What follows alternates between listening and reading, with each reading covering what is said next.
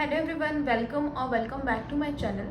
आज जो स्टोरी अपन डिस्कस करने वाले हैं वो इंसिडेंट भी मेरे साथ हुआ था and which is basically 2 years अगो। 2023 की बात है ये। एंड ऐसे बहुत सारे इंसिडेंट आप सबके साथ हो चुके होंगे, बेसिकली गर्ल्स या ऑब्वियसली गर्ल्स के साथ। नो, आजकल तो लड़के भी सेफ नहीं है, तो लड़के के साथ भी होते हैं, बट लड़कियां तो बहुत ज़्यादा कोरिलेट कर पाएंगी। जब भी हम पब्लिक ट्रांसपोर्ट यूज़ करते हैं एंड ऑल द थिंग्स, तो हमें ये बहुत बार फेस करना पड़ता है। बट द ओनली थिंग जो आज मैं ये स्टोरी सुना रही हूँ बहुत ही सेटिस्फेक्शन के साथ, कि जब भी मेरे साथ हुआ था तो मैं उस वक्त एक्शन ले पाई थी। मैंने कुछ तो किया था, वो होने से तो नहीं रोक पाई, बट मुझे आज गिल्ट नहीं है कि मैं चुपचाप छिड़ के वापस आ गई। नहीं, मैंने कुछ ना कुछ तो किया। So basically I am going to share with you all this.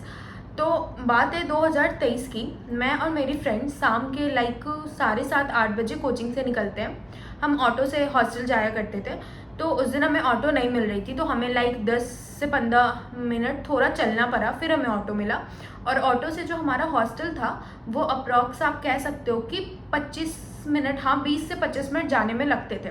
तो हम सारे साथ में हॉस्टल कोचिंग से निकलते हैं, हमारी छुट्टी होती है, 10-15 मिनट चलते हैं, तो अप्रॉक्स 7:45 हो चुका होता है। फिर हम ऑटो लेते हैं। तो अब मुझे यहाँ का हमारे यहाँ का क्या है अपन के तरफ का, कि ऑटो में जो लड़कियाँ हैं वो पीछे बैठेंगी और जो लड़के हैं वो आगे बैठेंगे। बेसिकली 3 लोगों का सीट, 3 को पीछे बिठाते हैं ऑटो में, और जो 2 लड़के आगे बैठते हैं और एक ड्राइवर बैठता है। अब उनकी मर्जी चले तो वो 4 भी बिठा लेते हैं। अभी तो मैं कॉलेज से आती हूँ तो 4 लोग को बिठा के लाते हैं, उनको घंटा फर्क नहीं पड़ता कि ऑटो जो है वो इम्बैलेंस होकर पलट जाए, उनसे कुछ मतलब नहीं। उनको लगता है मैं अपने सिर पे भी एक को बिठा लूँ तो भी मैं बिठा के चलूँगा, क्योंकि मैं 40 रुपये एक्स्ट्रा बच जाए।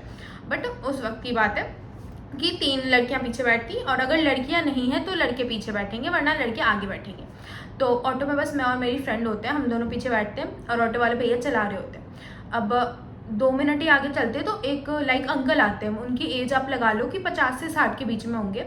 तो फिर वो कहते हैं कि ऑटो रोकते हैं, उनको भी बैठना होता है, तो फिर वो पीछे बैठते हैं। तो पहले तो हम सोचते कि आगे तो स्पेस खाली है ना, कि सिर्फ ऑटो वाले भैया ही तो है, वो आगे भी तो बैठ सकते हैं। फिर हमने कहा कि नहीं ठीक है, उनकी मर्जी, जब पीछे एक सीट खाली है तो वो पीछे भी बैठ सकते हैं। अब ऐसा थोड़ी है, एक तो लड़कों के साथ गलत तो होता ही है। क्यों? देखो, क्योंकि जैसे मैं कॉलेज जाती हूँ, अभी मेरे घर से कॉलेज के 40 रुपये लगते हैं। अब मैं 40 रुपये दे के 2 लड़कियों के साथ पीछे बैठ के कंफर्टेबली जाती हूँ, बट जो लड़का है वो भी 40 रुपये देता है, बट वो उसका आधा हिस्सा बाहर होता है और आधा जो होता है आधे के सहारे वो लटक के जाता है। तो बट या तो ठीक है, वो आगे बैठ के जा ही रहे तो उनसे 30 रुपये ले लो, क्योंकि उनको डिस्कम्फर्ट भी तो फील हो रही है। बट ऐसा कुछ है नहीं। तो लड़कों के साथ इस मामले में जेन्युइनली जाती होती है, और मैं तो कई बार ऑटो में बैठे बैठे ही कह देती हूँ। हाँ, तो फिर वो अंकल आते हैं, वो हमारे पीछे बैठते हैं। तो फिर क्या होता है कि मेरी फ्रेंड बैठी होती है, फिर बीच में मैं हो जाती हूँ, फिर इस तरफ मेरे बगल में अंकल आके बैठ जाते हैं। अब अंकल जैसे बैठते हैं तो फिर क्या होता है कि मुझे ऐसा लगता है कि मेरे को इधर यहाँ पे कुछ चुभ रहा है। तो मैंने, क्योंकि अपना बैग जो था वो पीछे रख रखा था, और मेरे बैग के साइड वाले में मैंने एक पेन रखा हुआ था। ऐसा नहीं होता जल्दी जल्दी में छुट्टी हो रही है, आपने वो कॉपी डाली हो, शिट मेरा पेन छूट गया, तो हम डाल लेते कि चलो वाटर बॉटल वाले में। तो वो वाटर बॉटल वाले में मैंने पेन रख रखा था। तो मुझे लगा कि कई बार होता है उसका निप जो आपको चुभने लगता है, तो मुझे लगा कि मेरा पेन का निप चुभ रहा है, तो मैंने अपने बैग को इधर से लेके गोद में रख लिया। फिर मैं बैठ गई। फिर अंकल ने मुझसे पूछा कि बेटा कोई दिक्कत? मैंने कहा नहीं नहीं ठीक है। फिर बैठ गई मैं। फिर मेरे को थोड़ी देर बाद लगा कि वापस मेरे को यहाँ पे कुछ फील हो रहा था, किसी चीज़ की प्रेजेंस। तो फिर मैंने अपने दोस्त को कहा कि भाई मेरे साथ ऐसे बहुत चीज़ें हो चुकी है बचपन से, तो मुझे पता है, मैं बहुत जल्दी फील कर लेती हूँ, और ऐसे होता है लड़कियों के साथ, उनको फील हो जाता है कि उनके साथ कुछ गलत होने वाला है। तो मैंने अपनी फ्रेंड को कहा कि भाई पहले मेरे को लगा कि मेरा पेन चुभ रहा है, मैंने बैग आगे कर लिया कि कुछ मेरे को अलग अलग सा लग रहा है, कि ये अंकल मुझे ठीक से नहीं लग रहा है। फिर उसने मुझे कहा पागल है तू, कि ऐसा कुछ नहीं है, 3 लोग बैठे हैं तो थोड़ा ठीक है, वो हो जाता है कि अगर तुझे कुछ दिक्कत लगे तो बताइए, और मेरे से उतर जाएंगे। फिर मैंने कहा कि हाँ ठीक है चल देखते हैं। फिर मैं वापस बैठी, फिर मुझे वापस से फील हुआ, और जैसे फील हो गया मुझे लगा कि वो अंकल कुछ तो कर रहा है। अब मैंने जैसे उसकी तरफ देखा, उसने मुझे बिल्कुल मुझसे पूछ रहा है कि बेटा कुछ हुआ क्या, आपको कोई प्रॉब्लम है क्या? मैं कह रही हूँ नहीं। फिर मैंने अपने फ्रेंड को कहा कि भाई ये कुछ कर रहा है, मुझे इसकी इधर हाथ इधर कुछ फील हो रहा है। फिर मुझे कह रही है कि भाई चल ठीक है फिर उतर जाते हैं, क्योंकि अगर कुछ बोलेगी तो वही है, बोलेगा कि बगल में बैठे गलती से भी लग सकता है। नहीं नहीं आपको तो गलत लग रहा है, पब्लिक ट्रांसपोर्ट में यही होता है, अगर आपके साथ गलत कुछ हो भी रहा है फिर भी आप बोलोगे तो ज़्यादा से ज़्यादा क्या होता है, अगर ऐसा है तो आप अलग से कैब करके जाओ ना, फिर तो इतने भीड़ में चढ़े क्यों हो। ये वाली बात आ जाती है। फिर मेरी फ्रेंड ने मुझे कहा कि ठीक है उतर जाते हैं। मैंने कहा नहीं भाई उतरूंगी तो नहीं, ऐसे ही बचपन से कितने चीज़ों की गिल्ट लेके चल रही हूँ कि इससे इससे इससे छिड़ गई और कुछ कर नहीं पाया, तो अभी मैं उतरूंगी तो नहीं, मुझे एक बार इसको बस दिख लेने दे कि इसका हाथ इधर है, फिर मैं इसको बताती हूँ। मैं बिल्कुल तैयार थी कि इस बार मैं इसको नहीं छोड़ूंगी। फिर क्या हुआ, मैंने देखा उस अंकल ने अपने हाथ को इधर से इधर मेरे यहाँ पे ला रहा है, कुछ तो टच कर रहा है। फिर मैंने देखा, मैंने कहा ठीक है, अगर मैं देख के सिर्फ बोली फिर ये मेरे को कहेगा। मैंने 2 मिनट होल्ड किया, मैं सोची कि मुझे करना क्या है, लेकिन उसको उसमें चैन नहीं था। फिर 2 मिनट बाद उसने ऐसे हाथ किया। फिर मैंने उसके हाथ को, लाइक उसका हाथ यहाँ है, मैंने अपने हाथ से उसका हाथ पकड़ा, मैं इधर टर्न हुई, मैं उसके तरफ घूमी और लिटरली मैंने इसी स्लैंग में कहा कि हाथ लेके मोड़ के पिछवाड़े में डाल दूंगी। और वो मेरी तरफ देख रहा है कि हुआ क्या, कह रहे बेटा क्या कह रहे हो। लिटरली वो इंसान तब भी मुझे कह रहा है बेटा क्या कह रहे हो। मैंने कहा क्या कह रही हो, तुझे नहीं समझ आ रहा, ठरकी इंसान। फिर कह रहा क्या। फिर ऑटो वाला तब तक क्या हुआ, मैडम ऑटो रोका, मेरी फ्रेंड तो बिल्कुल क्या कर रही है ये, मतलब क्या है सृष्टि। मैंने कहा भाई 2 मिनट। फिर मैंने कहा वापस से कहा कि जो हरकत कर रहा है ना, इसी हाथ को ले, इतना ही छूने का शौक है तो और अपने गांड में डाल ले। लिटरली मैंने इस स्लैंग में कहा। और फिर उसके बाद क्या हुआ कि ऑटो वाले उतर के पूरे तमाशे होने लगे कि क्या है क्या है। मैंने कहा भैया कैसे कैसे लोगों को चढ़ा लेते हो आप, जब आगे सीट खाली थी आप इसको आगे बिठाते ना, पीछे बैठ के क्या कर रहा है ये। मैडम मैं कुछ नहीं कर रहा, मैं कुछ। मैंने कहा तू कुछ नहीं कर रहा, तेरा हाथ मैंने पकड़ा ना करते हुए, तब भी तू कुछ नहीं कर रहा, तू नहीं मानेगा। फिर मैं तू उतर आग पे मेरी बिल्कुल एब्यूजिव लैंग्वेज हो गई, मैंने पूरा गाली गलौज सब कर दिया। फिर उधर से बाहर के और मतलब जो लोग थे ऑफकोर्स शोर होते सुने तो वो भी आ गए, सबने फिर यही उनको मतलब मारा पीटी कोई नहीं करता, देख के लग रहा था कि इंसान जो है वो अच्छा है, कि अच्छी नौकरी वोकरी करता है, कपड़े वपड़े से अच्छा लग रहा था। फिर सबने बोलना शुरू किया, अरे मैडम हो सकता है गलत फहमी हो गई। मैंने कहा मैंने सामने से इसका हाथ पकड़ के घुमाया तब मुझे गलत फहमी हो गई। फिर ऑटो वाले ने कहा कि मैडम इसको उतारो, इसको छोड़ो, मैं आपको छोड़ देता हूँ, आपको छोड़ देता हूँ। मैंने कहा भैया मुझे नहीं छोड़ना, आप ऐसे ही लोगों को छोड़ो। मैंने अपने और अपनी दोस्त के पैसे दिए, वो उसी में फिर वापस बैठ गया उतर के, और उसको लोग सब कुछ कुछ कह के चले गए, किसी को कोई फर्क नहीं पड़ रहा, वो वापस बैठ गया, मेरे पैसे दिए। गुस्से में मैं और मेरी दोस्त ऐसे 2-3 किलोमीटर चल गए। फिर चल के हम मतलब हॉस्टल तक पहुंचे। फिर पहुंचने के बाद मैंने सबको बताया। फिर मेरे साथ क्या दिक्कत है कि मुझे सेटिस्फेक्शन था कि अगर मेरी किसी से लड़ाई हो रही है, अभी रिसेंट मेरी एक रैपिडो वाले से हुई, क्योंकि उन्होंने मुझे और मेरी दोस्त को लाइक 3 दोस्त को रास्ते में उतार दिया 6 बजे के करीब, वो मैं अगली पार्ट में कवर करूंगी। बट यही है, फिर मैंने उस वक्त भी मैं चुप नहीं रही, मेरे से जो हो सकता था मैंने चिल्लाया, मैंने एक्शन लिया, मैं सब कुछ कर लूंगी। But as being a girl मैंने पूरी हिम्मत दिखाई, मैं पूरी लड़ ली। मैं सब कुछ करने के बाद क्या हो जाता है मेरे पास कि सब कुछ करने के बाद फिर मैं ना रोने लगती हूँ, मतलब शायद मैंने बहुत जोर से बोल दिया या क्या, मेरी बीपी हाई हो जाती, मुझे क्या हो जाता मैं ये समझ नहीं पाती, और फिर मैं रोने लगती हूँ सीधा। सिमिलरली उस दिन मेरे साथ हुआ कि मैंने सब कुछ कर दिया, फिर मैं हॉस्टल पहुंच के पूरा रो रही हूँ। सब मुझे कह रहे भाई ठीक तो है, तूने एटलीस्ट बोला तो तूने। मैंने कहा भाई मैं डरी नहीं हूँ, बट मुझे कुछ हो जाता है पता नहीं क्यों।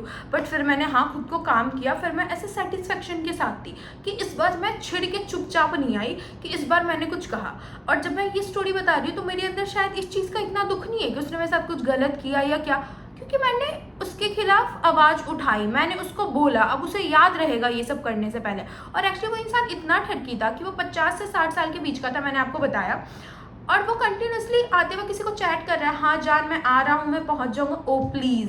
ये हमें भी पता है कि इतनी तुझे अपनी पत्नी से तो प्यार था नहीं बुड्ढे, इतनी रहता तो तेरे अंदर ये ठरक और हवस तो भरा नहीं रहता। ऑफ कोर्स इस एज में ना मम्मी पापा में ज़्यादातर लड़ाई होती है बच्चों को लेके, ये पढ़ेगा वो बनेगा वो करेगा, जो भी चीज़ें हो। अपनी पत्नी से तो उसको कहीं प्यार नहीं था तो वो एक नंबर का ठरकी इंसान, जिसकी ठरक उधर भी जान बाबू लव यू उम्मा करके पूरा नहीं हो रहा था, तो उसे इधर पर आना था।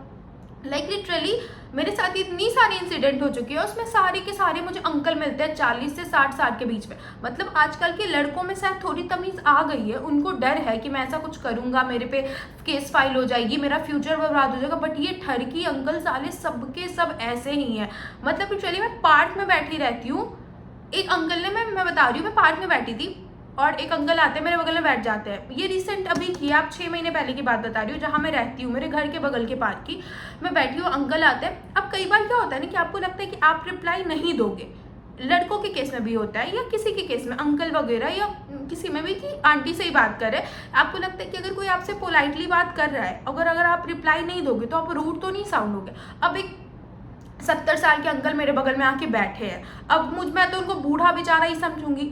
अब वो मेरे से प्यार से पूछ रहे कि और बेटा कहाँ से हो, तो अब मैं ऑफकोर्स मैं उस दिन बहुत दुखी थी। फिर मैंने उनको रिप्लाई दिया, हाँ अंकल यहाँ बिहार से हो। कह रहे बेटा बहुत गोरे गोरे से, ऐसे गोल गोल से, ये वो, मतलब देख के तो आप नहीं लगते हो, आप देख के तो लगते हो आप हरियाणा से। भाई क्यों शकल पे इधर लिखवा के चलूँ कि मैं बिहार से हूँ। कह रहे लैंग्वेज से भी बेटा नहीं लगते हो। मैंने कहा हाँ वहीं की हूँ। फिर उसके बाद और कहाँ पढ़ते हो क्या, वो अंकल ने मेरे से 2-3 मिनट नॉर्मल कन्वर्सेशन की। मतलब उनको देख के तो मैं बता ही नहीं सकती कि वो भी बुड्ढा ऐसा निकलेगा।